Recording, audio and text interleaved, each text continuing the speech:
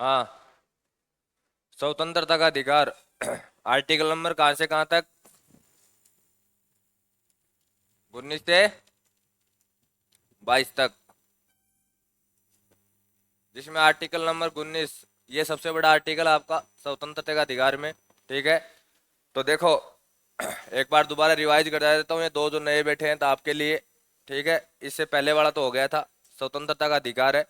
इससे इसको रिवाइज कर लो एक बार, 19 नंबर आर्टिकल को। देखो रे, इसका जो एक उपबंध है, एक में जो ए पार्ट है उसमें किसकी स्वतंत्रता दी हुई है रे आपको? वाक व अभिव्यक्ति, अर्थात आपको सोचने की, बोलने की क्या है यहाँ पे स्वतंत्रता दी हुई है। किन किन मामलों में? पहली कौन सी मामले में है रे?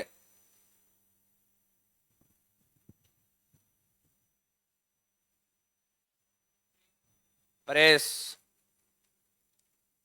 प्रेस की स्वतंत्रता। 2 नंबर पे विज्ञापन की स्वतंत्रता। 3 नंबर पे चुप रहने की स्वतंत्रता। 4 नंबर है फोन, फोन टेप के विरुद्ध अधिकार।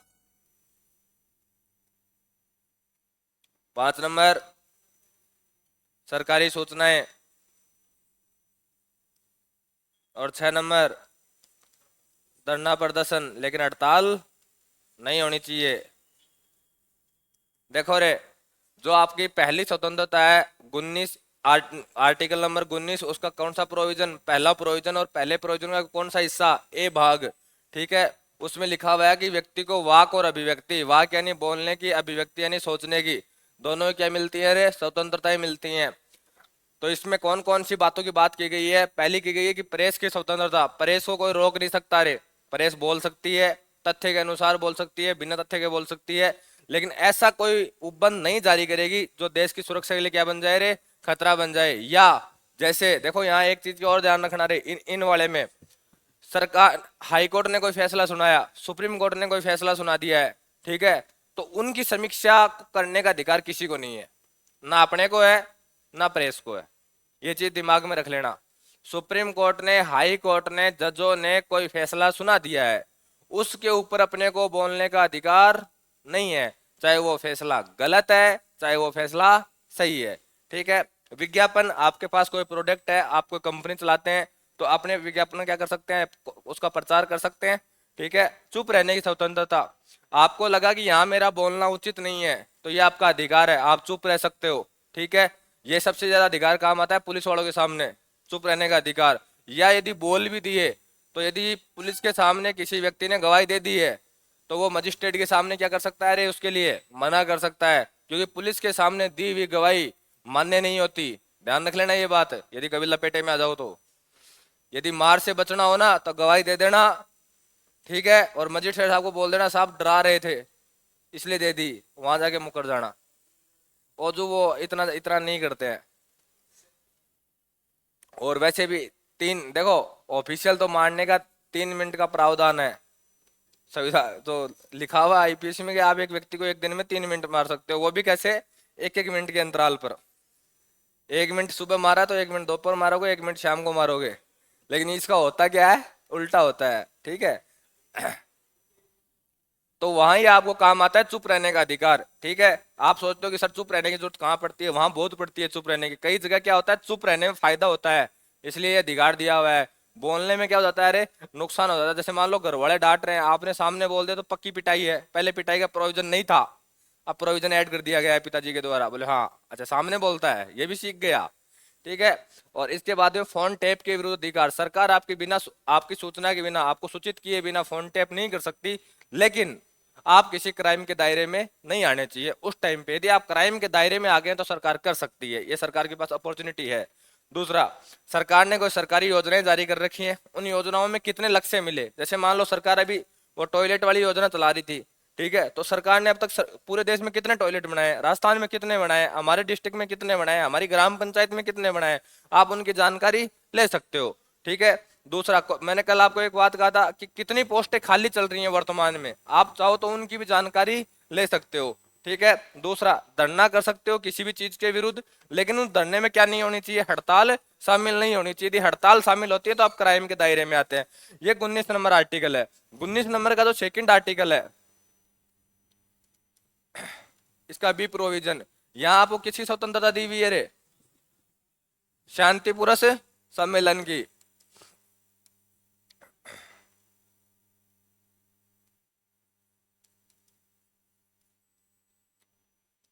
अब कईयों को क्या है, देखो एक चीज बताऊं रे, कईयों को इन दोनों शब्दों में अर्थ नहीं पता। बोले सर धरना और सम्मेलन में क्या फर्क है, दिन रात का फर्क है। ये आप क्या कर रहे हो, किसी चीज का विरोध कर रहे हो। ध्यान रखना, धरने का अर्थ क्या होता है, किसी चीज का विरोध करना, और सम्मेलन का अर्थ होता है कि आप जहां बैठे हो उसमें विरोध की भावनाएं कम होंगी। ठीक है, आप किसी ना किसी चीज का प्रचार प्रसार करेंगे। जैसे आजकल सम्मेलन कैसे होते हैं, बोलो जाटों को मिलाओ, राजपूतों को मिलाओ, आजकल तो ये सम्मेलन देखते हो। पहले क्या अलग हुआ करते थे, बोले फिलहाल इसके विरुद्ध करेंगे, इसके विरुद्ध करेंगे फिलहाल। हाँ जी, हाँ वैवाहिक सम्मेलन होते हैं। 101 जोड़ों की शादी करवा रहा है कोई, जैसे वो कौन से बाबा जी हैं एमपी वाले।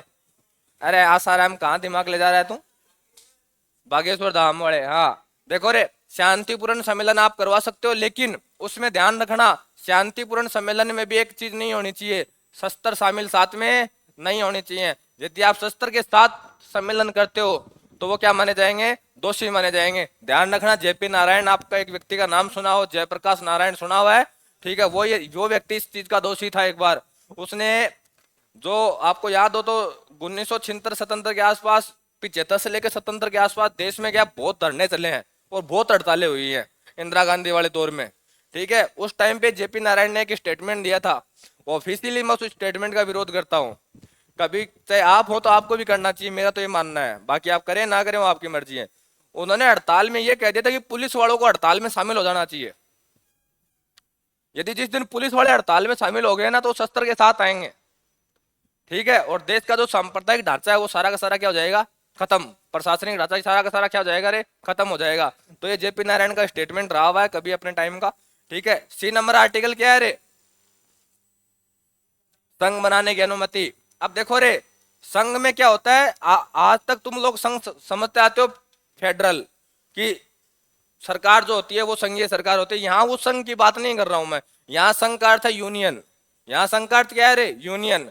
ठीक है, जैसे आपने कोई कंपनी बना दी, आप कोई कंपनी चला रहे हो, उसमें आपके पास 50 कर्मचारी हैं, 50 प्लस आप एक, आप कोई कौन हो गए, आप एक संघ की तरह कार्य कर रहे हो। ठीक है, तो कंपनी वे, एनजीओ वे, ये आप क्या कर सकते हो, स्थापित कर सकते हो। अब आपके बाद में डी, अभासंचरण, यानी आपको पूरे देश में कहीं भी घूमने की क्या है रे, आजादी है। लेकिन किसको, केवल भारतीय नागरिकों को, विदेशी नागरिकों के पास ये प्रोविजन नहीं है। यदि विदेशी नागरिक कहीं भी घूमेंगे तो सरकार को क्या करेंगे, पहले सूचित करेंगे। ठीक है, इसके बाद में ई, निवास का अधिकार, कि आप पूरे देश में कहीं भी निवास कर सकते हो। पूरे देश में क्या कर सकते हो रे, कहीं भी निवास कर सकते हो, कहीं भी जा सकते हो, आपको कोई रोक टोक नहीं है। लेकिन केंद्र सरकार ने कोई प्रोविजन जारी नहीं कर रखे हो, जैसे नागालैंड पे कर रखे हैं। नागालैंड में आप जाते हो तो सरकारी क्या लेनी पड़ेगी, आपको अनुमति लेनी पड़ेगी। यदि आपको 4 दिन की अनुमति मिली तो 4 दिन में ही आपको वापस रिटर्न आना है। ठीक है, इसके बाद में एफ, संपत्ति का अधिकार, जिसे हटा दिया गया है अब। पहले संपत्ति रखना स्वतंत्रता का अधिकार था, आपकी स्वतंत्रता थी, फ्रीडम थी कि आप संपत्ति रख सकते हो। आज के दिन ये स्वतंत्रता आपके पास नहीं है। ये जो अभी बुलडोजर चल रहे हैं ना, आप देखते हो लोगों के बुलडोजर चलते हैं घरों पे, वो इसका विरोध है। यदि ये यहाँ होता ना तो बुलडोजर चलाने की किसी की हिम्मत ही नहीं होती। अब उसके पास फ्रीडम नहीं है, अब उसका ये फंडामेंटल राइट्स नहीं रहा, अब ये कौन सा हो गया है, वैधानिक कानून हो गया है। और फिलहाल संपत्ति का अधिकार कितने नंबर आर्टिकल में है रे, 300A यानी कैम में। और इसके बाद में कौन सा लास्ट बच गया आपका, जी। और जी में क्या है रे, आजीविका का अधिकार। व्यक्ति अपने आप को जीवित रखने के लिए कहीं भी जाके क्या कर सकता है रे, काम कर सकता है। यह आपका 19 नंबर आर्टिकल है। इसमें पहला प्रोविजन, ये संपत्ति का अधिकार कौन से संविधान संशोधन के द्वारा हटाया गया था रे, ये किसके द्वारा हटाया गया था, 44, किसके द्वारा हटाया गया था, 44 के द्वारा। ये जो ये आर्टिकल है 6, कौन से 6, A B C D E और जी, क्योंकि पहले 7 थे ये, जो मूल संविधान लागू हुआ तब कितने थे, 7 थे। आज के दिन ये प्रेजेंस नहीं है। ठीक है, तो कितने बचे हैं अब, 6। ये 6 केवल और केवल भारतीय नागरिकों को प्राप्त है। केवल और केवल किसको प्राप्त है? भारतीय नागरिक। ठीक है, ये विदेशी नागरिकों के ऊपर लागू नहीं होते हैं। ऐसा नहीं है वो यहाँ के प्रेस खोल सकते हैं, विज्ञापन कर सकते हैं, वो यहाँ जो भी करेंगे ना उसके उसके लिए उसको सेंट्रल गवर्नमेंट और जिस स्टेट में कर रहे हैं उस स्टेट गवर्नमेंट की क्या चाहिए रे? अनुमति चाहिए। आपको कोई, जैसे मान लो आपके पास कोई प्रचार करना है, ठीक है, मान लो आपने कोई कोचिंग डाल दी, ठीक है, आप वो कोचिंग का प्रचार करना है तो उसके लिए आपको किसी अनुमति नहीं लेनी है। बस आपके पोस्टर ऐसी जगह नहीं लगने चाहिए जो किसी के लिए क्या हो रहे? नुकसानदायक हो। ठीक है, बाकी आपको कोई दिक्कत नहीं है। ये आपका नंबर आर्टिकल कौन सा है रे? 19। 19 के नंबर बाद में आदमी आर्टिकल आता है 20। देखो 20, 21 ये दोनों पुलिस वालों से बचाते हैं, दोनों के दोनों। ठीक है, एक जिंदा रखा था आपको पुलिस वालों से, एक ये कहता है कि मारना मत। ठीक है, तो 20 में जो प्रोविजन है ना वो है दोष सिद्धि के, कि मान लो किसी व्यक्ति ने कोई क्राइम कर दिया है रे। ठीक है, अब क्राइम में दो तरीके के व्यक्ति गिरफ्तार होते हैं, जिसके ऊपर शक था वो भी लपेटा गया। ठीक है, और जिसने क्राइम किया था वो या तो पहले लपेटा गया होगा या थोड़े दिन बाद में आएगा, आएगा जरूर। ठीक है, तो दोनों को बचाने के लिए सरकार ने प्रोविजन कर रखे हैं। ऐसा नहीं है कि भाई किसी ने क्राइम कर दिया है तो उसको आप पशुओं की तरह मारो या और कुछ करो। ठीक है, ऐसा सुप्रीम कोर्ट ने गाइडलाइन भी जारी की थी बाद में, 21 में की थी। ये प्राण देह स्वतंत्रता अधिकार है ना, उसमें एक सुप्रीम कोर्ट ने गाइडलाइन जारी की थी कि किसी व्यक्ति को सांस लेना जिंदा रहना नहीं है। सांस तो पशु भी लेते हैं, जिंदा तो वो भी हैं। ठीक है, लेकिन किसी व्यक्ति को जिंदा रखना है कि उसके लिए विशेष अधिकार उपलब्ध होने चाहिए। उसमें सुप्रीम कोर्ट ने अब तक 38 अधिकारों की लाइन जारी कर रखी है। ठीक है, तो देखो इसमें 20 में पहला प्रोविजन है रे, इसमें दो तीन प्रोविजन है, फर्स्ट, सेकंड एंड थर्ड। ठीक है, पहला कहता है कि कोई आपराधिक कानून है रे, आपराधिक कानून समझ गए रे? फौजदारी मामले, क्रिमिनल एक्ट वाले, सिविल एक्ट की बात नहीं कर रहा हूं, क्रिमिनल एक्ट की बात कर रहा हूं। आपराधिक कानून है कोई भी, ठीक है, उसका भूतलक्षी निर्वाणन नहीं कर सकते। मैंने आपको ये बात बहुत टाइम से बोलता हुआ आ रहा हूं कि जो भी क्रिमिनल कानून होते हैं ना वो सेम डेट से लागू होते हैं। जैसे मान लो कोई आज कानून बना है, वो आज से लागू होगा, आज से पहले प्रभावी नहीं होगा। पहले क्या हो गया क्या नहीं हुआ उस पर कोई फर्क नहीं पड़ने वाला। तो मान लो कोई व्यक्ति है जिसने मान लो मर्डर कर दिया रे, और फलाना व्यक्ति है ये, अब इसको सरकार ये मान लो ये मर्डर करता है 21 अप्रैल को, तो 21 अप्रैल को प्रोविजन है 302 के तहत कि या तो इसको सजाए मौत मिलेगी या इसको आजीवन कारावास मिलेगा। ये दो प्रोविजन है, तो इसके तहत व्यक्ति को सजा मिल सकती है।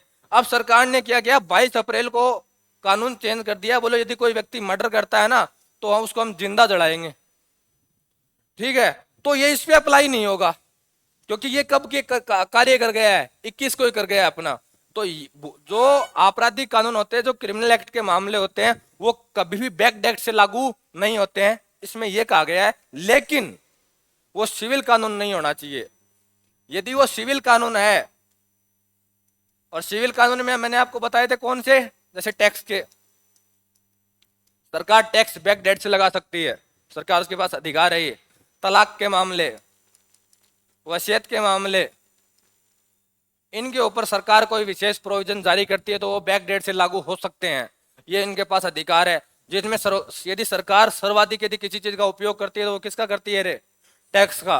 टैक्स के मामले में सरकार जब चाहे, सरकार को लग गया कि मेरे पास पैसा कम है, फंडिंग चाहिए, टैक्स का दायरा बढ़ाना है, तो वो ये भी ध्यान रखना, टैक्स भी दो तरीके के होते हैं रे। एक अपन जो देते हैं वो पर्सनल टैक्स है, अपन जो देते हैं वो कौन सा टैक्स है? पर्सनल टैक्स है। एक जो कंपनी देती है वो होता है कॉर्पोरेट टैक्स। ठीक है, तो यदि कोई भी प्रोविजन विशेष लाती है सरकार तो किस पे लाती है? कॉर्पोरेट जो कंपनियों के टैक्स होते हैं उनके ऊपर, क्योंकि सरकार को यदि सर्वाधिक टैक्स का फायदा है तो वो कहां से है? कॉर्पोरेट टैक्स से फायदा है। वहां दायरे 18 से शुरू होते हैं। अपने तो दायरे कितने हैं, या तो अपन तो बाहर ही रह जाएंगे, या तो या 5 का 10 के 15 के, ये प्रोविजन है अपने लिए तो। ठीक है, वहां 18 से तो शुरू होंगे। ठीक है, 18, 28, 30, 35, 40, 50 तक जाते हैं उनके। तो सरकार चाहे तो 1980 से ये कह सकती है कि मैं 1980 से जो कंपनियों के टर्नओवर 100 करोड़ से ऊपर थे,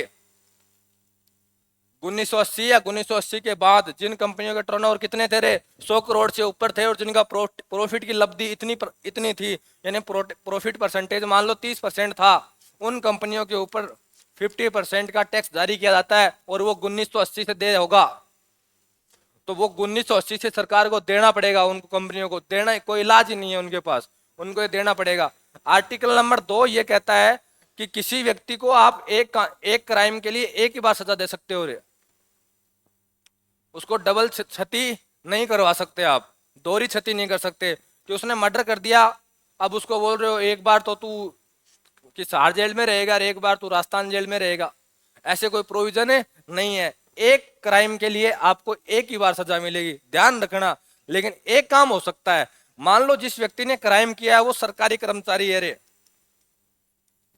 कौन है वो, सरकारी कर्मचारी है, ठीक है, तो उसको जो न्यायालय सजा सुनाएगा वो तो अलग है, ये जिस डिपार्टमेंट में है उसकी डिपार्टमेंटल कार्रवाई इसके ऊपर हो सकती है। इसको हटा दिया, इसको सस्पेंड कर दिया, टर्मिनेट कर दिया, ठीक है, इसकी पेंशन रोक दी, इसका फंडिंग आदि कर दी, वो चाहे वो कार्रवाई क्या हो सकती है, इसके ऊपर हो सकती है। तो न्यायालय एक ही बार कार्रवाई करेगा, ध्यान रखना। यदि कोई भी क्राइम हुआ है किसी व्यक्ति के द्वारा तो न्यायालय उसको कितनी बार सजा सुनाएगा, एक बार सजा सुनाएगा, बार बार सजा सुनाने के प्रावधान है नहीं है। कोई ऐसा देश बताओगे जहां बार बार सजा सुनाने के प्रावधान है? South Korea, south Korea, south Korea में एक अलग प्रोविजन है। जैसे मान लो व्यक्ति को 100 साल की सजा हुई, अब 100 साल में व्यक्ति सजा कोई पूरी करने वाला ही नहीं है, कोई जिंदा ही नहीं रहता। मान लो ये अपने जीवन की 30 साल में था तब तो सजा में आया, 40 साल जिंदा रहा, कितनी रह गई रे पीछे, 60 रह गई ना, ये 60 उसका खानदान पूरी करेगा।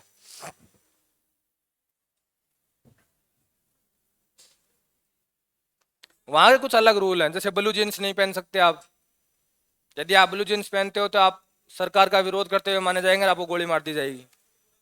आप राष्ट्रपति को सामने ऐसे उठा के नजर से नजर नहीं मिला के देख सकते, यदि आप देख रहे हो तो आपको गोली मार दी जाएगी। वहां सीधा ये नहीं है कि आपको जेल में डाला जाएगा ना, शूट एंड साइट। यदि आप घूमने जा रहे हो, सीधी सी बात ध्यान रखना, यदि अपन जैसे मान लो इंडिया वाले और कोई अदर कंट्री घूमने जा रही है वहां, ठीक है, तो आपकी यदि बॉडी के ऊपर जो भी मेटल पार्ट है वो एयरपोर्ट पे रख लिया जाएगा, चाहे वो बेल्ट ही क्यों ना हो, आपकी पैंट का बटन ही क्यों ना हो, वो भी निकाल लेंगे वो लोग, बोलो ना। मेटल पार्ट एयरपोर्ट से बाहर अलाउ नहीं है, इलेक्ट्रॉनिक्स पार्ट एयरपोर्ट से बाहर अलाउ नहीं है। यदि वहां 8 बजे बाद बाहर निकलना मना है तो मना है, यदि गलती से निकले गए तो वो आप वापस बाहर आते हो कि नहीं आते हो किसी को, जहां तक आपको ये कहा गया है ना इस शहर की दीवार तक घूमना है, इससे आगे मत चला जाना, और गलती से चले गए तो गए। वहां के गांव में जाने की किसी को अनुमति नहीं होती साउथ कोरिया में। हाँ, सिटी सिटी, हाँ, उन्होंने क्या घूमने के लिए अलग ही व्यवस्था कर रखी है, जैसे बाहर से जो लोग आते हैं ना उनके लिए ये सिटी दिखानी है, ये दिखानी है, ये दिखानी है, वो अपने गरीबी का प्रचार नहीं करते, सीधा कॉन्सेप्ट है उनका। हाँ, आर्टिकल नंबर 3 ये कहता है रे कि किसी व्यक्ति को खुद के विरुद्ध गवाही देने के लिए आप बाध्य नहीं कर सकते कि ना तू ये कहे कि मर्डर तूने किया है, ऐसी आप बाध्यता नहीं कर सकते हो। लेकिन हर जगह लेकिन जरूर आएगा। अब पुलिस वालों को आपके अंगूठे के निशान चाहिए, आप मना नहीं कर सकते, आपके ब्लड सैंपलिंग चाहिए, आप मना नहीं कर सकते, आपका डीएनए सैंपलिंग चाहिए, आप मना नहीं कर सकते, इनके लिए आप पुलिस वालों को मना नहीं कर सकते हो। हाँ, आप ये कह सकते हो कि मैं मेरे खुद के विरुद्ध गिरफ्तारी गवाही नहीं दूंगा, लेकिन वो भी किस मामलों में, सिर्फ और सिर्फ आपराधिक मामलों में, क्रिमिनल एक्ट में।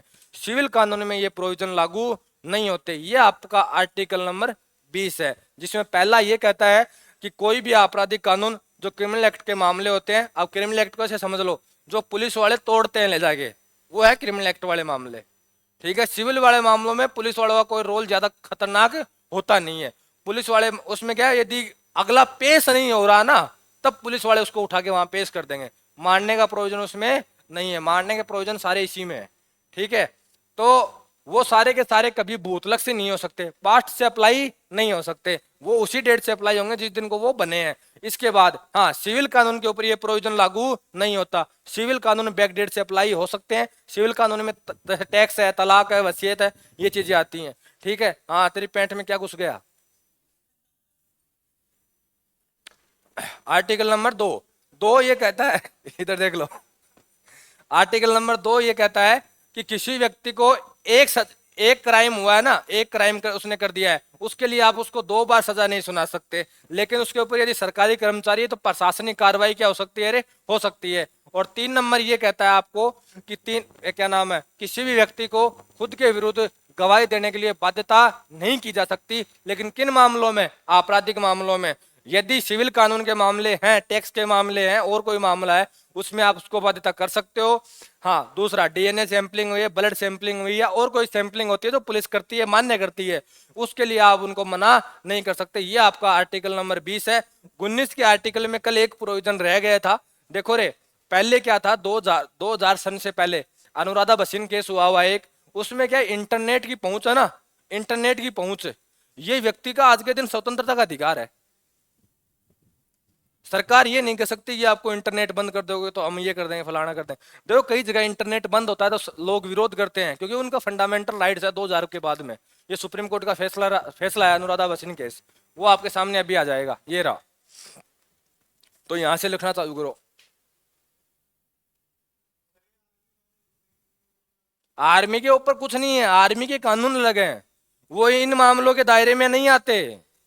उनके मार्श लॉ है, मार्श लॉ अलग तरीके से कार्य करते हैं, वो सिविल कानून या आपराधिक कानून के मामलों में नहीं आते। ऑन ड्यूटी कोई फौजी है और वो यदि यहाँ से क्राइम करके यदि ड्यूटी पे चला गया है तो उसके ऊपर पुलिस कोई कार्रवाई नहीं कर सकती जब तक आर्मी अनुमति ना दे। हाँ रे, लिखो नोट। पहला, इंटरनेट तक पहुंच का अधिकार, इंटरनेट के माध्यम से सूचना तक पहुंच का अधिकार स्वतंत्रता का अधिकार है। किसमें रे, वाक एंड अभिव्यक्ति में, यानी आर्टिकल नंबर 1 में आएगा ये। और ये किस कौन से केस का हिस्सा है, अनुराधा भसीन के 2002। और आर्टिकल नंबर 20 कहता आपका, आप नए वाले यहां से लिखना। हाँ, एक बात और बता दूं, यदि आपको इसमें कोई भी दिक्कत आती है तो मेरी हर क्लास यूट्यूब पे अपलोड होती है, हर क्लास, ठीक है, क्रम वाइज से चल रही है।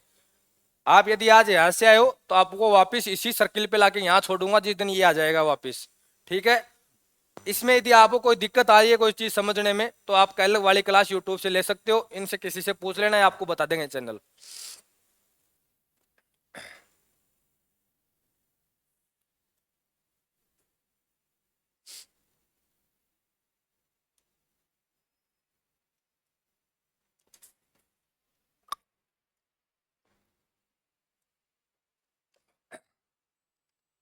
एनटीपीसी ग्रुप डी और ग्रुप सी की रेलवे की कम कम से कम 2,80,000 के आसपास पोस्ट आएंगी। अभी बता रहा हूं आपको, तैयारी शुरू कर देना। अगले 10 दिन में आ जाएं, महीने में आ जाएं, 2 महीने में आ जाएं, आएंगी पक्की। अभी बता रहा हूं, ग्रुप डी, ग्रुप सी और एनटीपीसी, इन तीनों को मिला के 2,80,000 पोस्ट आएंगी। जहां यदि आपको सिलेक्शन करवाना है तो जीके प्लस जीएस आपके लिए सबसे बड़ा रामबाण होगा।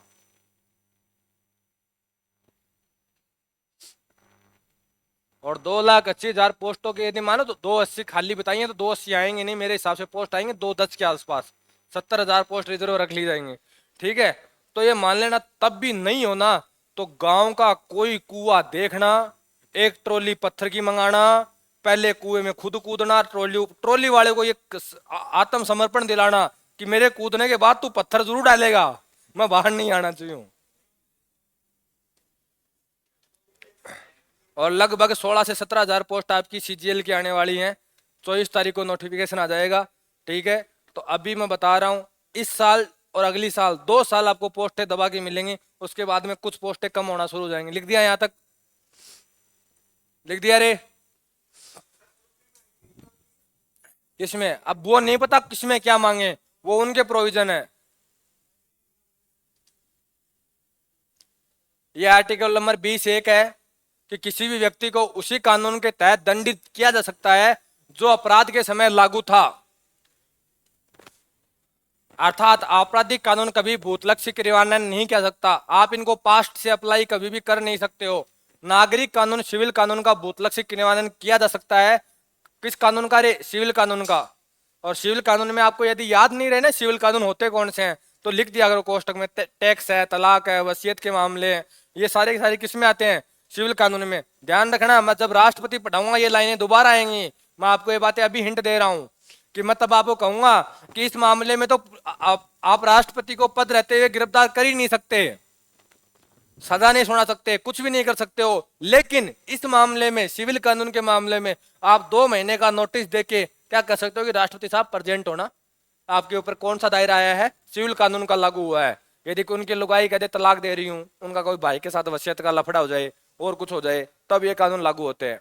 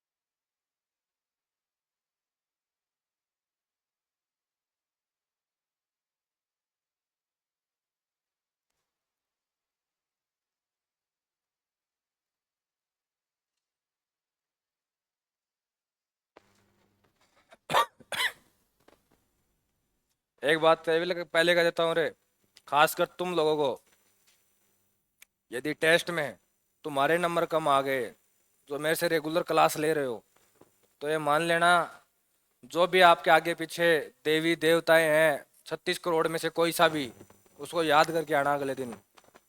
आपके साथ आप ही नहीं बैठेंगे, जहां तक मैं कोशिश कर रहा हूँ कि अदर कोचिंग के छोरे भी बैठे हैं। फिजिक्स नहीं पढ़ी, केमिस्ट्री पढ़ी थी पूरी, तो ठीक है, तो केमिस्ट्री और पॉलिटिकल में करना, और फिजिक्स के जो क्वेश्चन आते हैं वो करना। कौन सा ग्रुप में? हाँ, एक लड़के ने, तो 1/10 हिस्सा है उसका। क्यों?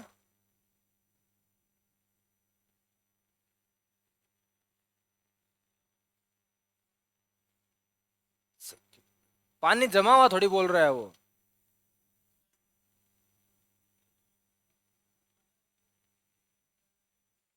हाँ, तो 1/10 ही आएगा बर्फ के मामले में। 1/9 है।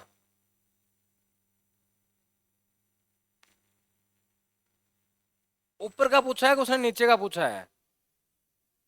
ऊपर का पूछा है उसने। हाँ, कि पानी की सतह से बाहर कितना है, यही तो पूछा है। कोई रोकने वाला ही नहीं है, यही होगा।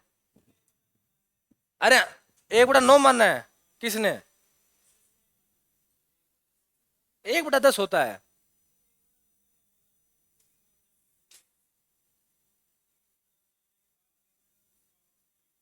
हाँ,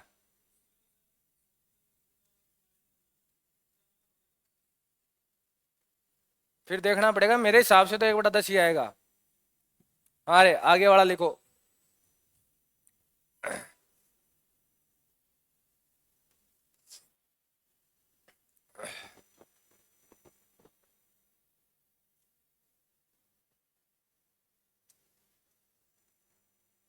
ये 20(2) का प्रोविजन है कि उसके ऊपर विभागीय कार्रवाई जरूर की जा सकती है यदि सरकारी कर्मचारी है तो। विभागीय कार्रवाई उसी व्यक्ति पे होती है जो सरकारी कर्मचारी होता है, घर बैठे के ऊपर विभागीय कार्रवाई नहीं होती है।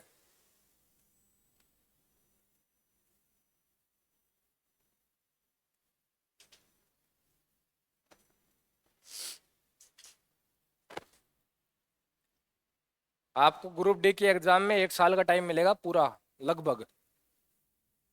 लगभग बता रहा हूँ, यदि आप आज से लग जाते हो तो।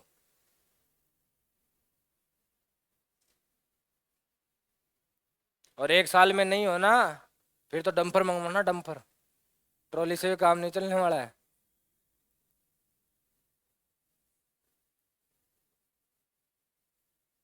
देखो एक बात अभी भी बोल रहा हूँ, जीके जीएस की मेरे पे छोड़ो, बाकी तुम निपटो तुम्हारी। ये मांगुलियों पे कैसे करवाऊंगा वो मेरा काम है।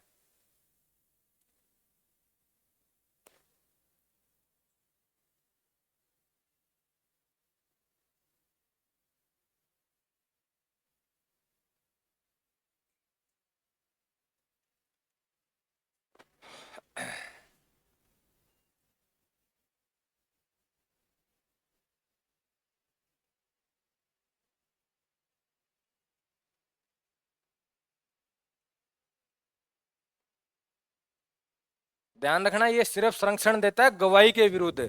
इन मामलों के विरुद्ध संरक्षण नहीं है कि शरीर की उपस्थिति हो, प्रेजेंट हो व्यक्ति, अंगूठे का निशान हुआ, खून का नमूना हुआ, हस्ताक्षर आदि, इनके ऊपर आपके संरक्षण नहीं है। यदि आपको अगले ने ये कह दिया कि हस्ताक्षर करो तो करने पड़ेंगे। हाँ, वो उसमें आपको रीडिंग की अनुमति है कि आप रीडिंग कर सकते हो कि हाँ क्या लिखा गया है।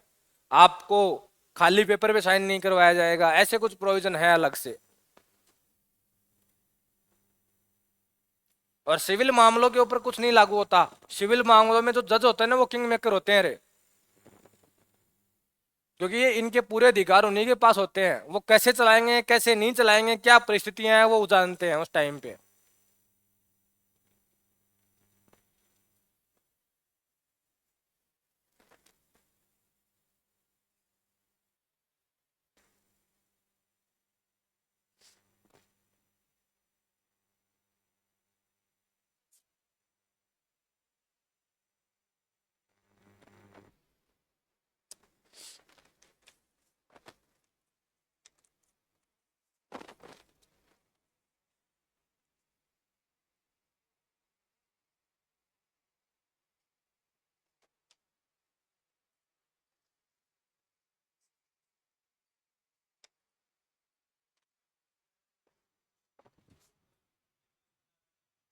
ग्रुप में मैंने मैंने नहीं देखा, कौन सा डाल दिया तूने कल? देख के बता दूंगा। हाँ रे। अच्छा, आर्टिकल नंबर 21 आ गया। एक बार देखो, छोटा सा है, इसको तो लिख दो आप। 21 एक ही बाद में बात करते हैं। 21 ये कहता है कि किसी व्यक्ति को विधि के द्वारा स्थापित प्रक्रिया के बिना प्राण और दैविक स्वतंत्रता से वंचित नहीं किया जाएगा। इससे कहानी में आपको सुना देता हूँ, फिर आपको ये समझ में आ जाएगा कि ये है क्या बीमारी। अनुच्छेद नंबर 21 है ना, प्राण और दैहिक स्वतंत्रता का अधिकार है आपका। तो किसी भी व्यक्ति को विधि के द्वारा स्थापित प्रक्रिया के बिना, विधि का अर्थ है यहाँ कानून, कि कानून ने कोई प्रक्रिया स्थापित कर रखी है, उसके तहत तो आप उसको प्राण और दैहिक स्वतंत्रता से वंचित कर सकते हो। लेकिन कानून के तहत वो प्रक्रिया है ही नहीं, तब आप उसको प्राण और दैहिक स्वतंत्रता से वंचित नहीं कर सकते। इसको मैं पूरी कहानी बताता हूँ, आप उसको एक बार ये 2 लाइनें लिख दो। सिर्फ ये 2 लाइनें लिखना, ऊपर वाली, अनुच्छेद 21। और ये क्वेश्चन आपके अभी यूपीएससी वाली प्री में था।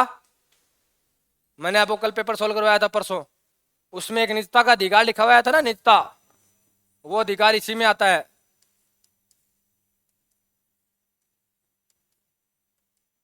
निजता का अधिकार।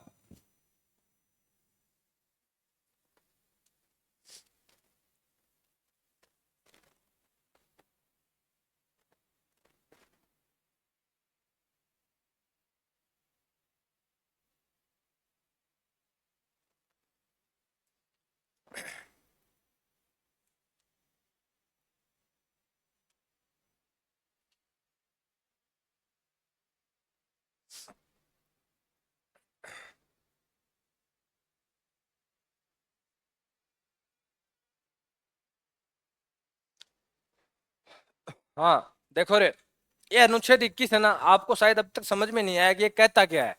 मैं आपको एक बात समझाता हूँ। 2 केस हैं। पहला केस है एन के गोपालन, आपके यहाँ सिलेबस में है नहीं, मैं एक बार आपको रफली कर देता हूँ तो आपको याद रहना शुरू हो जाएगा। एन के गोपालन केस है, 1950 में हुआ था।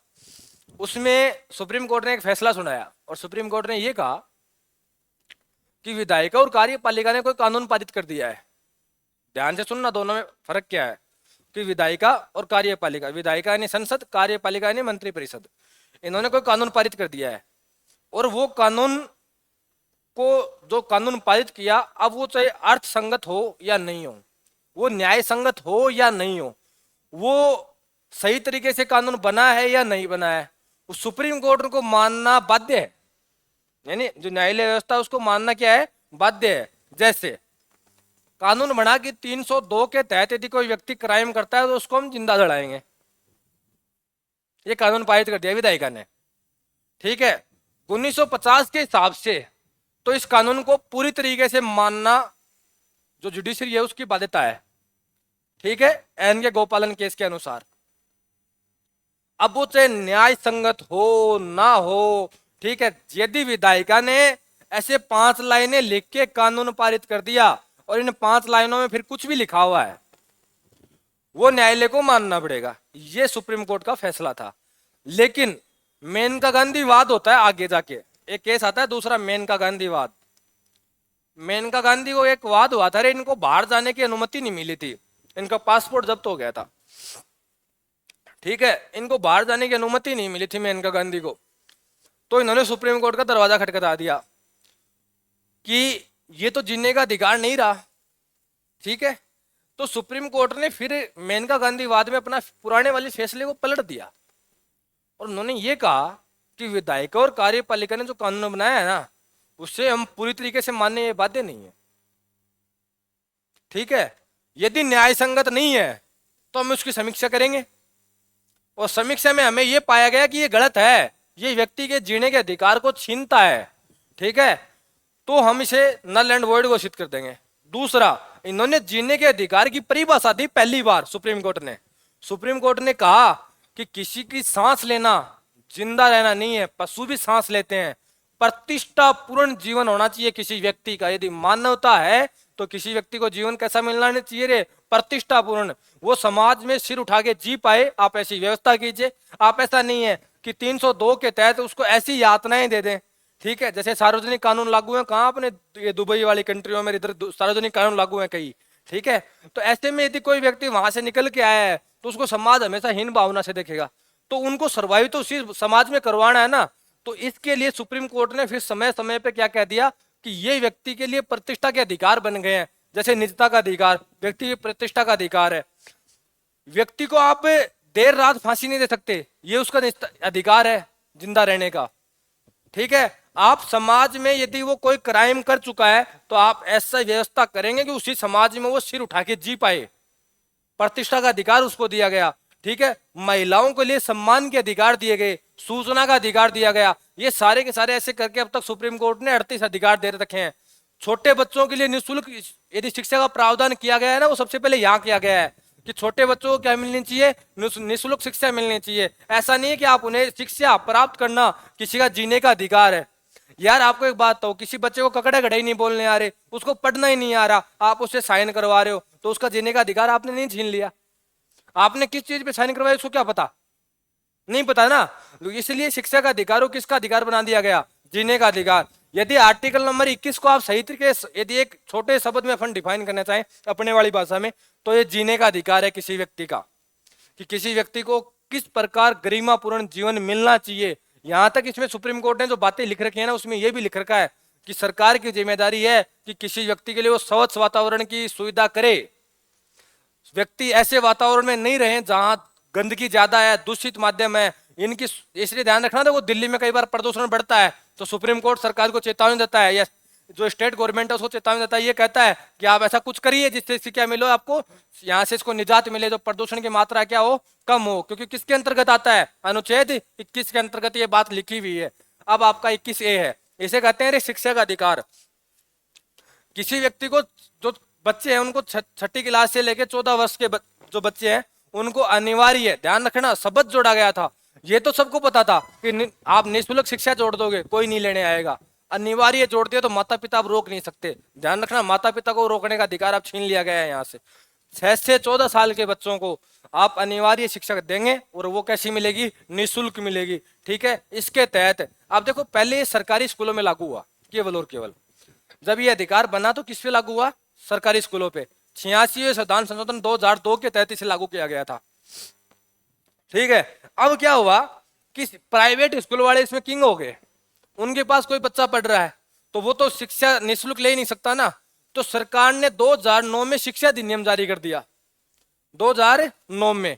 ठीक है, शिक्षा अधिनियम जिसे आप आज पढ़ते हो आरटी के नाम से। ठीक है, आरटी के नाम से पढ़ते हो आप।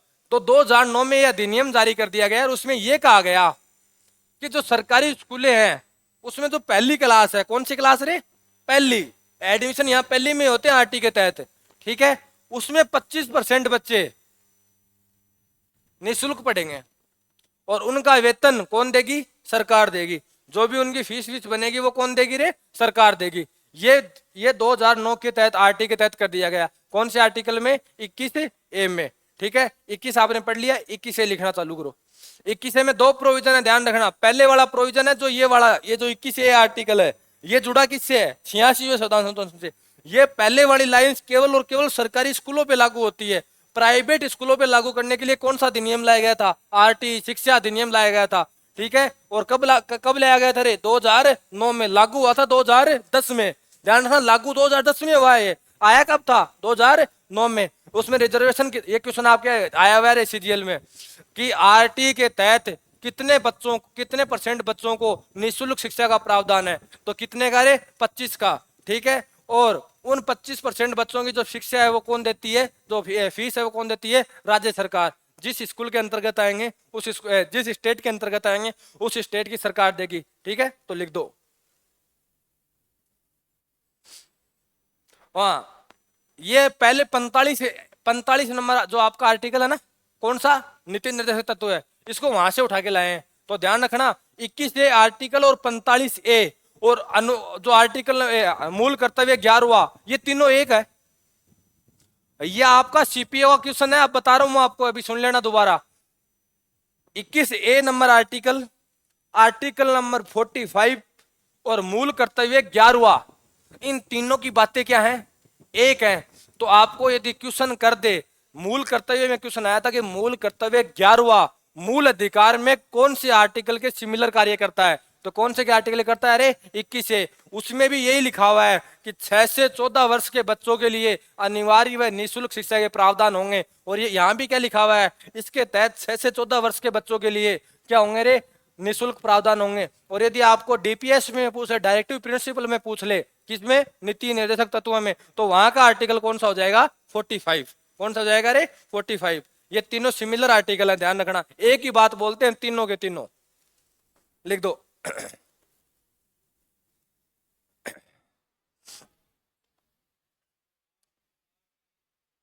राजस्थान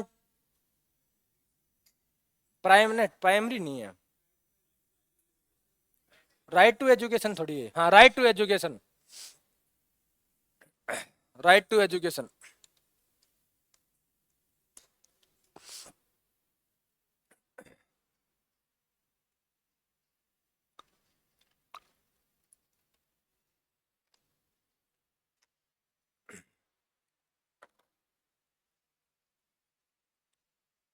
लिख दिया रे। अब देखो एक लाइन तो आ गई है आपकी पहले से ही। जो ये आर्टिकल है ये जोड़ा गया है 86 संविधान संशोधन 2002 से। पहले ये अनुच्छेद 45 के तहत क्या था रे, डीपीएसपी था, नीति निर्देशक तत्व था। तो एक लाइन तो यहाँ आ गई है। एक क्वेश्चन इस स्लाइड के जब लास्ट में आएगा तब आपको उसमें एग्जाम का नाम भी लिखा हुआ आएगा और सब कुछ आएगा। वो वहां एक और आएगा, शिक्षा का अधिकार अधिनियम 2009 में पारित हुआ और ये लागू कब हुआ था, 1 अप्रैल 2010 से ये लागू हुआ था। जिसमें इसके अनुसार सभी निजी विद्यालयों में, सभी की बात होती है चाहे कितना बड़ा विद्यालय हो, ठीक है, सभी निजी विद्यालयों में 25% सीटों पर गरीब बच्चों को प्रवेश देना अनिवार्य होगा, जिनके शुल्क व भुगतान कौन करेगी रे, सरकार करेगी।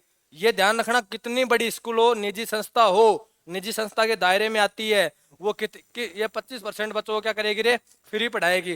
पहले ये प्रोविजन लागू था पहली क्लास से लेके 8वीं तक, पहले था लागू एक से लेके 8वीं तक, फिर इसको किया गया 1 से 10 तक, ठीक है। अब इसको हटा के पहली से लेके पीजी तक कर दिया है राजस्थान में। अब ये पीजी तक अप्लाई है। यदि किसी बच्चे का आरटी में एडमिशन हो गया एक बार तो वो पीजी तक की अपनी शिक्षाएं क्या ले सकता है रे, निःशुल्क ले सकता है। लेकिन इसमें कुछ क्राइटेरिया है, उस क्राइटेरिया फुल होना चाहिए तभी आप ले सकते हो। हाँ 100% देखी जाएगी, कोई सरकारी कर्मचारी का बच्चा तो पढ़ ही नहीं सकता इसमें, है। नहीं, नहीं आएगा इस दायरे में। सरकारी कर्मचारी इस दायरे में नहीं आएंगे, उनके बच्चे इस दायरे में नहीं आएंगे।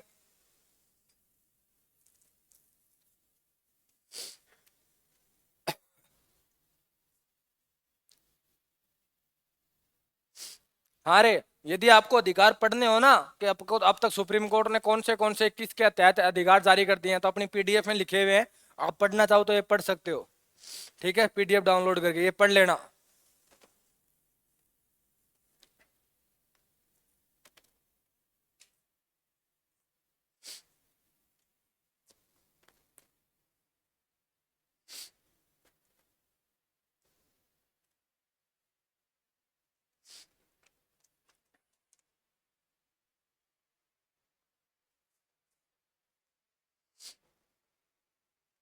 जल्दी लिखो रे।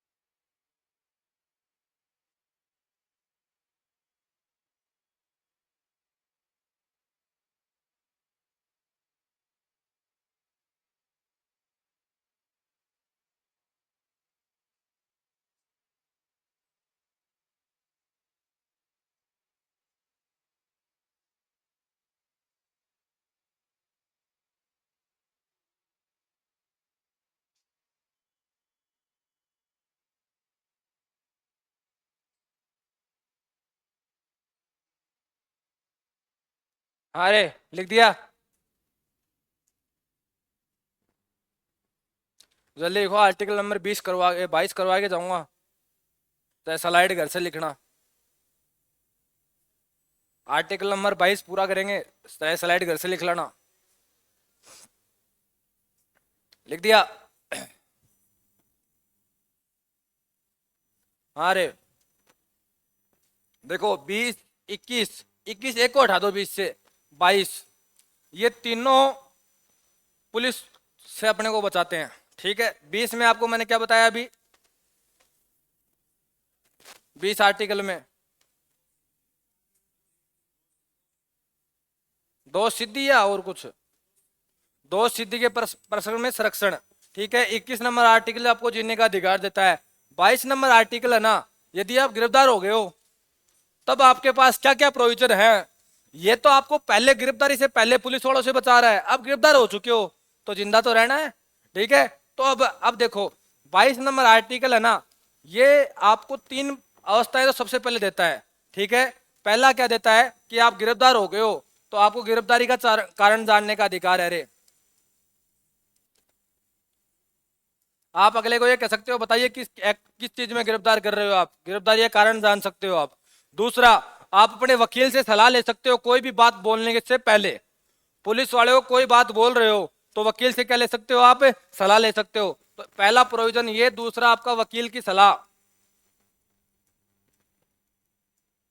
और तीसरा प्रोविजन है कि आपको पुलिस वालों ने गिरफ्तार कर लिया है तो 24 घंटे में मजिस्ट्रेट के सामने पेश करना पड़ेगा। कितने घंटे में, 24 घंटे में, लेकिन उसमें यात्रा का समय शामिल नहीं होता, ये चीज ध्यान रख लेना। आप जो रास्ते में ट्रेवलिंग होती है ना, वो ट्रेवलिंग का समय उसमें लागू नहीं होता है। ठीक है, तो ये तीन मैन अधिकार आपको गिरफ्तारी के बाद में मिलते हैं। पहला, गिरफ्तारी का कारण जानने का अधिकार, दूसरा, वकील से सलाह लेने का अधिकार, और तीसरा, 24 घंटे में मजिस्ट्रेट के सामने पेश करने की अनुमति। ठीक है, लेकिन दो व्यक्तियों पे ये कानून लागू नहीं होते हैं रे। पहला, विदेशी व्यक्ति, कोई विदेशी व्यक्ति गिरफ्तार हो गया है, उसको 24 घंटे में कोर्ट में पेश करें ना करें पुलिस वालों की मर्जी, तोड़ें क्या करें। ठीक है, दूसरा, एक कानून है रे, उस कानून के तहत यदि गिरफ्तार हो गए हो, निवारक निरोध कानून,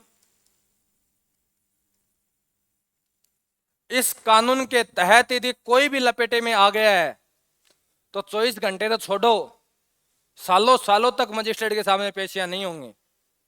अब ये कानून है क्या, ये समझ लो।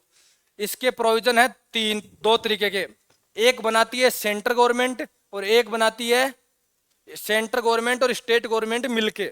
ठीक है, अब देखो, निवारक निरोध कानून का अर्थ यह है कि सरकार को यह लगता है कि ये फलाना व्यक्ति ये काम कर सकता है, करे, सकता है, समाज के लिए एक खतरा है। जेल में कोई बंद व्यक्ति है जिसकी सजा का प्रावधान पूरा हो गया, उसको 7 साल की सजा थी, अब लगता है कि ये बाहर जाते क्राइम और करेगा, तो सरकार चाहे तो इस व्यक्ति को इसके तहत वापस बंदी बना सकती है। ये बंदी है, ध्यान रखना, ठीक है। इसमें 3 तरीके के प्रोविजन है। पहला प्रोविजन, किसी व्यक्ति को आप 3 महीने तक बंदी बना के रख सकते हो, ठीक है। 3 महीने से ज्यादा रखना है तो जो हाई कोर्ट नहीं होते, उनके जजों की कमेटी बनाइए, उनको कारण बताइए कि किस कारण रखना है। यदि वो ये कह दें हाँ रख लो, तब तो रख सकते हो, अन्यथा छोड़ना पड़ेगा, ठीक है। दूसरी बात, यदि इसके तहत ये व्यक्ति गिरफ्तार हो गया है और वो ये पूछ रहा है कि बताइए क्यों रखा है, तो आपकी मर्जी, बता दो, आपकी मर्जी, मत बताओ। क्योंकि इसमें एक लाइन लिखी हुई है कि सार्वजनिक यदि खतरा लगता आपको तो आप मत बताइए क्यों गिरफ्तार किया है। तो पुलिस वाले इस शब्द का प्रयोग करते हैं, बोले ना तू समाज के लिए खतरा है, नहीं बताए तेरे को क्यों गिरफ्तार किया है। तीसरी बात, यदि यदि किसी व्यक्ति के ऊपर निवारक निरोध कानून अप्लाई हो गया है तो वो खुद तो मजिस्ट्रेट के पास नहीं जा सकता, लेकिन वो अपने रिप्रेजेंटेटिव को भेज सकता है, अपील कर सकता है रिप्रेजेंटेटिव के माध्यम से, किसी के माध्यम से अपील कर सकता है, खुद नहीं कर सकता। इसके तहत सरकार ने लाखों व्यक्तियों को गिरफ्तार कर रखा आज के दिन। जे आसाम की जेलें तो भरी इनसे पड़ी हैं।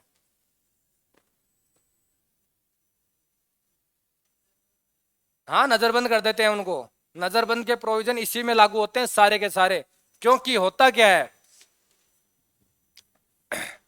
हाई कोर्ट के जो जज यहाँ कमेटी में बैठते हैं ना, उनको एक बात बोलते हैं, सर आप जिम्मेदारी ले लीजिए, ये क्राइम नहीं करेगा। वो किसकी लेंगे भाई, कितने की लेंगे वो कहते हैं ठीक है रख लो, तो हमें क्या फर्क पड़ता है, ठीक है। बहुत से ट्रायल तक नहीं हुए हैं।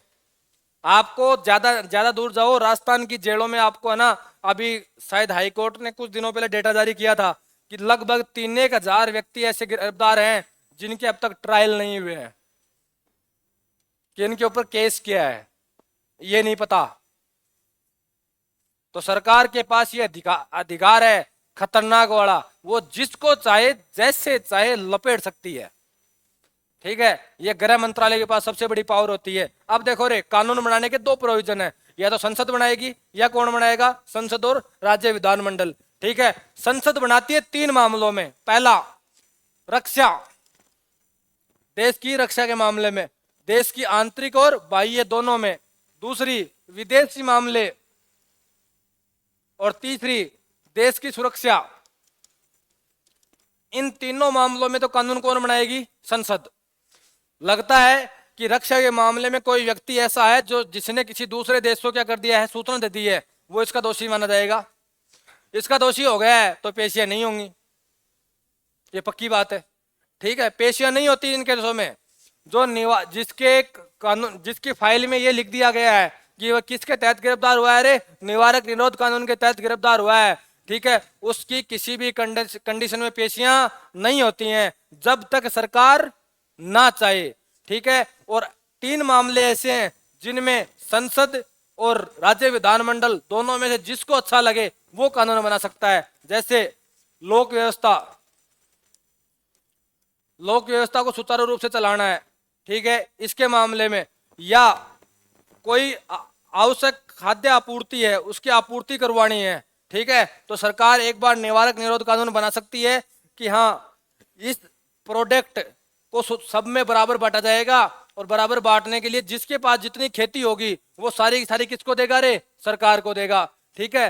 तो ऐसे कानून इसमें क्या कर सकती है, सरकार बना सकती है। तो ये आपका आर्टिकल नंबर 22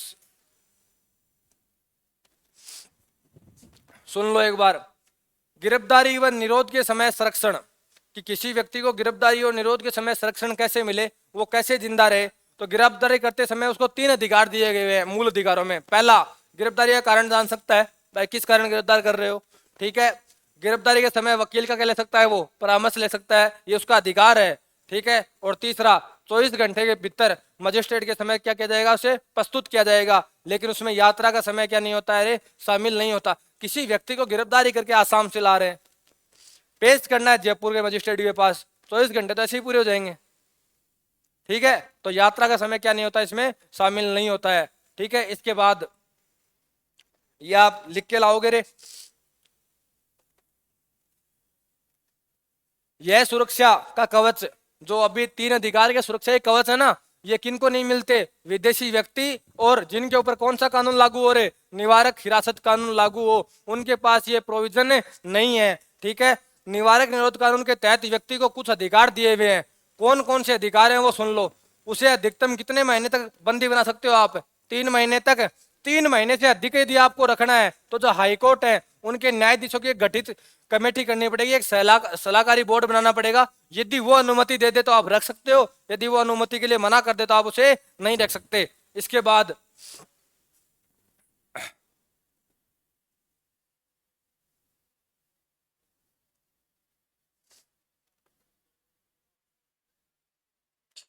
हाँ रे, जो व्यक्ति निरुद्ध किया गया है, जो गिरफ्तार किया गया है, उसको कारण बताया जाना चाहिए। हालांकि सार्वजनिक हितों के विरुद्ध यह बताना आवश्यक नहीं है।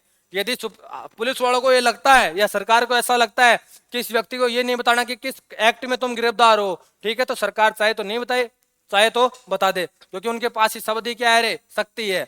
आर्टिकल जो इसका तीसरा प्रोविजन है कि जो निरुद्ध व्यक्ति है वो अपने प्रतिनिधि के माध्यम से, जो अपना रिप्रेजेंटेटिव है, उसके माध्यम से किसके पास जा सकता है रे, न्यायालय के पास अपील कर सकता है। ठीक है, इसके अलावा संसद व राज्य विधानसभा, जो विधानमंडल होते हैं, दोनों क्या बना सकते हैं, निरोध कानून बना सकते हैं। आज कौन कौन से कानून बनते हैं, कैसे कैसे बनते हैं, वो आपके ये विषय रहे। वे विषय जिन पे केवल संसद बना सकती है, तो संसद ऐसे मामलों में बनाएगी जिसमें देश शामिल हो पूरा का पूरा, तो रक्षा, विदेशी मामले और देश की सुरक्षा। और वे विषय जिन पे संसद व राज्य विधानमंडल दोनों क्या बना सकते हैं, कानून बना सकते हैं। किसी राज्य की सुरक्षा का खतरा है, जैसे आने वाले दिनों में आपको पंजाब के ऊपर कोई कानून मिलेगा पार्लियामेंट से, 101% पंजाब के ऊपर आपको कानून मिलेगा। ठीक है, राज्य की सुरक्षा, लोक व्यवस्था या आवश्यक वस्तुओं व सेवाओं की आपूर्ति को सुनिश्चित करने के लिए सरकार क्या बना सकती है, कानून बना सकती है। कौन से कानून रे, निवारक निरोध कानून। ध्यान रखना, यही कानून नहीं है सरकार के पास पैक्सा, आजकल तो टाडा हटा दिया गया है। नहीं, टाडा में जो गिरफ्तार हो गया ना, उसको बाहर निकालना बहुत बड़ी माथाफोड़ी हुआ करती थी, जिसमें संजय दत्त हुआ था। ठीक है, गिरफ्तार टाडा में वो गिरफ्तार हुए थे, उनको बाहर निकालने के लिए टाडा को उड़ा दिया था पूरा ही वो। हाँ, उस टाइम पे वो राज्यसभा सांसद थे, तो टाडा को खत्म करना पड़ा था संजय दत्त को बाहर निकालने के लिए, क्योंकि टाडा लागू होगा ना तो व्यक्ति बाहर नहीं आ सकता। पहले उस प्रोविजन को ही खत्म करना पड़ेगा, तभी कोई व्यक्ति क्या हो सकता है, बाहर आ सकता है। तो ऐसे बहुत से कानून सरकार ने अप्लाई कर रखे हैं। यूपी में तो फिलहाल पैक्सा का तो मजा ले रहे हैं योगी जी। किसी में भी आप पैक्सा को तहत उठा लो, बताने कानून बताने, ये कारण नहीं बताना पड़ेगा आपको कि क्यों उठाया है, कितने दिन के लिए उठाया है, क्या करोगे इसका, ये जिंदा रहेगा कि मर जाएगा, कोई बताने की जरूरत नहीं है। लास्ट तक नहीं आती इन कानूनों के तहत, ध्यान रखना, क्योंकि अगले घर वालों को ये नहीं पता होता कि ये व्यक्ति है कौन सी जेल में, ढूंढ नहीं सकते। देश में जेलें भी इतनी है, तो सरकार चाहे वो जो कर सकती है। देखो रे, आपका 2 अधिकार हो गए हैं, कल आपके फंडामेंटल राइट्स पूरे कर दूंगा, उसके बाद में सुप्रीम कोर्ट और हाई कोर्ट की रीट आएंगी। पहला अधिकार था समानता का अधिकार, पूरा हो गया है। आर्टिकल नंबर और 12 और 13 राज्य की परिभाषा, और 13 क्या था आपका, कानून के संबंधित जो प्रोविजंस होते हैं वो सारे के सारे की कौन सी विधि होती है, कौन सी विधि नहीं होती है, विधि की शक्ति किसमें होती है, कैसे होती है, सारे के सारे उसमें थे आपके। ठीक है, आपके क्वेश्चन कहां तक आएंगे,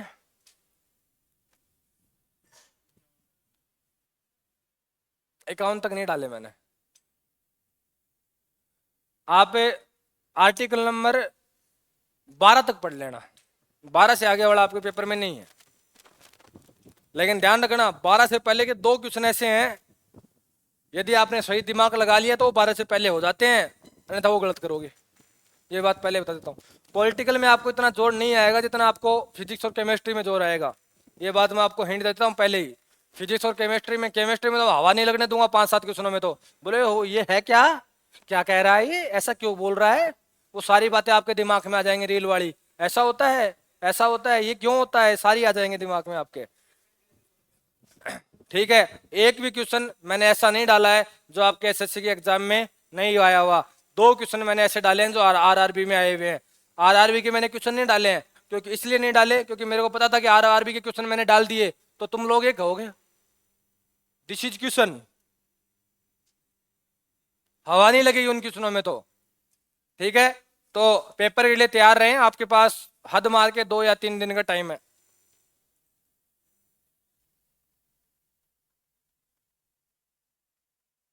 अंदर जी खड़े हैं अभी वो